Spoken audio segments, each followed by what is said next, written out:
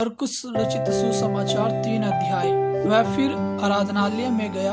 वहाँ एक मनुष्य था जिसका हाथ सूख गया था और वे उस पर दोष लगाने के लिए उसकी घात में लगे हुए थे कि देखे वह सबत के दिन उसे चंगा करता है कि नहीं। उसने सूखे हाथ वाले मनुष्य से कहा, बीच में खड़ा हो और उनसे कहा, क्या सबत के दिन भला करना उचित है या बुरा करना, प्राण को बचाना या मारना? और वे चुप रहे। उसने उनके मन की कठोरता से उदास होकर उनको क्रोध से चारों ओर देखा और उस मनुष्य से कहा, अपना हाथ बढ़ा। उसने बढ़ाया और उसका हाथ अच्छा हो गया। तो फरीसी बाहर जाकर तुरंत विरोधियों के साथ उसके विरुद्ध में संपत्ति करने लगे कि उसे किस प्रकार नष्ट करें।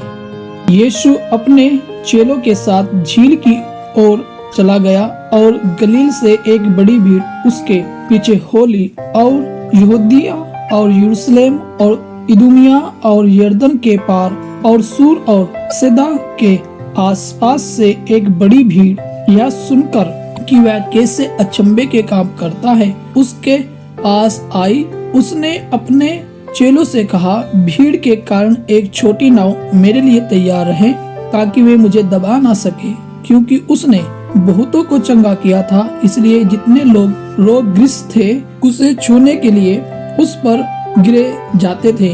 अशुद्ध आत्मा भी जब उसे देखती थी तो उसके आगे गिर जाती थी और चिल्लाकर कहती थी कि तू परमेश्वर का पुत्र है। और उसने उन्हें बहुत चिताया कि मुझे प्रकट न करना। फिर वह पहाड़ पर चढ़ गया और जिन्हें वह चाहता था उन्हें अपने पास बुलाया और वे उसके पास आए।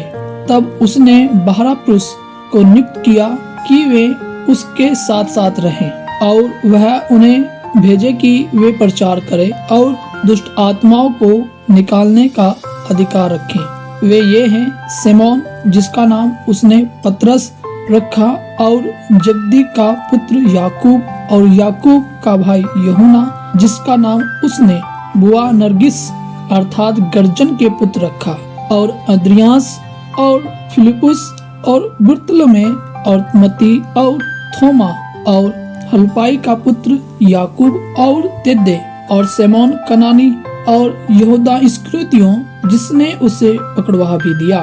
तब वह घर में आया और ऐसी भीड़ इकट्ठा हो गई कि वे रोटी भी न खा सके।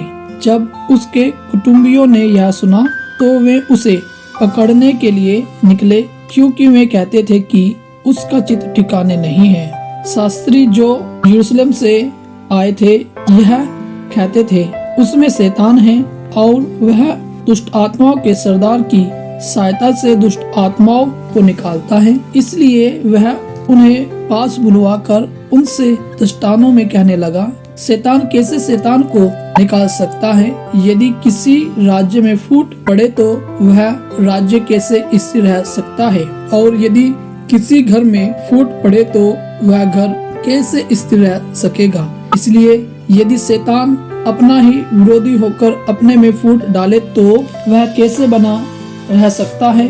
उसका तो अंत ही हो जाता।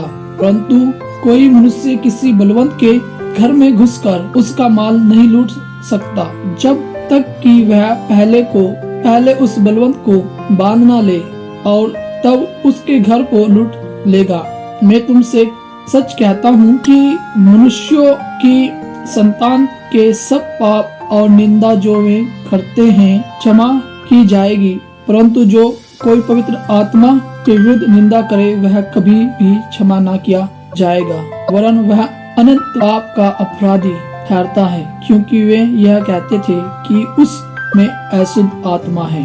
तब उसकी माता और उसके भाई आए और बाहर खड़े होकर उसे बुलवा भेजा। भीड़ उसके आसपास बैठी थी और उन्होंने उससे कहा, देख तेरी माता और तेरे भाई बाहर तुझे ढूंढते हैं। उसने उन्हें उत्तर दिया, मेरी माता और मेरे भाई कौन हैं? और उन पर जो उसके आसपास बैठे थे दृष्टि करके कहा, देखो मेरी माता और मेरे भाई ये हैं, क्योंकि जो कोई परमेश्वर की इच्छा पर चले वही मेरा भाई और बहन और माता है।